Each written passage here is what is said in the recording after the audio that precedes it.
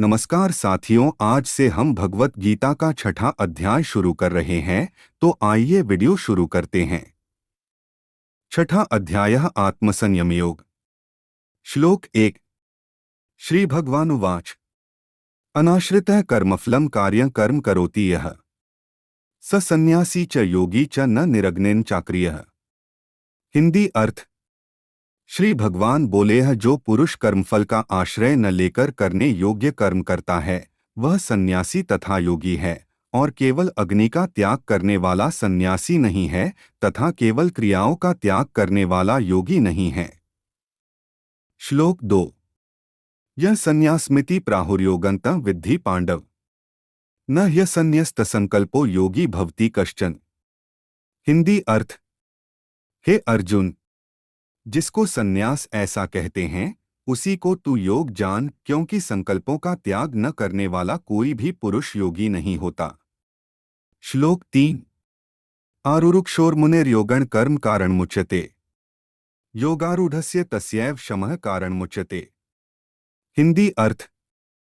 योग में आरूढ़ होने की इच्छा वाले मननशील पुरुष के लिए योग की प्राप्ति में निष्काम भाव से कर्म करना ही हेतु कहा जाता है, और योगारूढ़ हो जाने पर उस योगारूढ़ पुरुष का जो सर्वसंकल्पों का अभाव है वही कल्याण में हेतु कहा जाता है।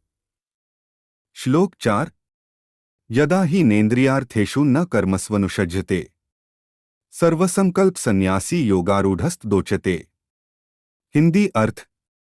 जिस काल में न तो इंद्रियों के भोगों में और न कर्मों में ही आसक्त होता है उस काल में सर्वसंकल्पों का त्यागी पुरुष योगारूढ़ कहा जाता है। श्लोक 5। उद्धरेदात्मनात्मान नात्मानमवसाद्येत आत्मैव ह्यात्मनो बंधुरात्मैव रिपुरात्मनः। हिंदी अर्थ। अपने द्वारा अपना संसार समुद्र से उद्धार करें और अपने को अधोगति में न डालें, क्योंकि यह मनुष्य आप ही तो अपना मित्र है और आप ही अपना शत्रु है। श्लोक 6। बंधुरात्मात्मनस्तस्य येनात्मैवात्मना जितः अनात्मनस्तु शत्रुत्वे वर्तेतात्मैव शत्रुवत्। हिंदी अर्थ।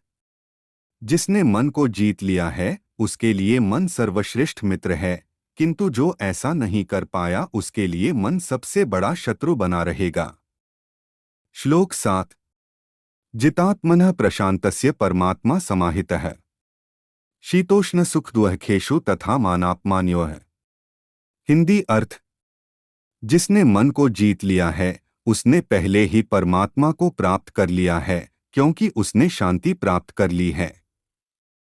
ऐसे पुरुष के लिए सुख दुख, सर्दी गर्मी एवं मान अपमान एक से हैं। श्लोक 8।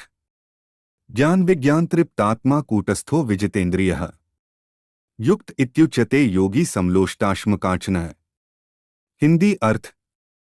जिसका अंतःकरण ज्ञान विज्ञान से तृप्त है, जिसकी स्थिति विकार रहित है, जिसकी इंद्रियां भली भांति जीती हुई हैं और जिसके लिए मिट्टी पत्थर और सुवर्ण समान हैं, वह योगी युक्त अर्थात भगवत प्राप्त है, ऐसा कहा जाता है। श्लोक 9।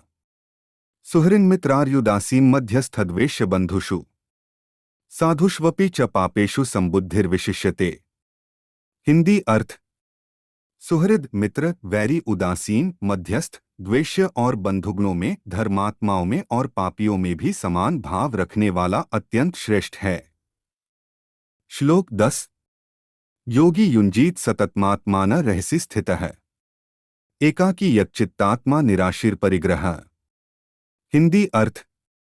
योगी को चाहिए कि वह सदैव अपने शरीर मन तथा आत्मा को परमेश्वर में लगाए, एकांत स्थान में रहे और बड़ी सावधानी के साथ अपने मन को वश में करें।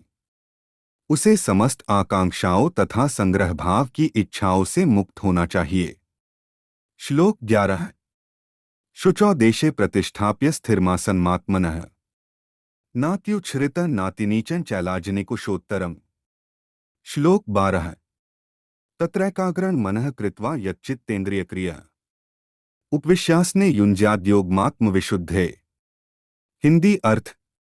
शुद्ध भूमि में, जिसके ऊपर क्रमशः कुशा, मृगछाला और वस्त्र बिछे हैं, जो न बहुत ऊंचा है न बहुत नीचा, ऐसे अपने आसन को स्थिर स्थापन करके उस आसन पर बैठकर चित्त और इंद्रियों की क्रियाओं को वश में रखते हुए मन को एकाग्र करके अंतःकरण की शुद्धि के लिए योग का अभ्यास करे।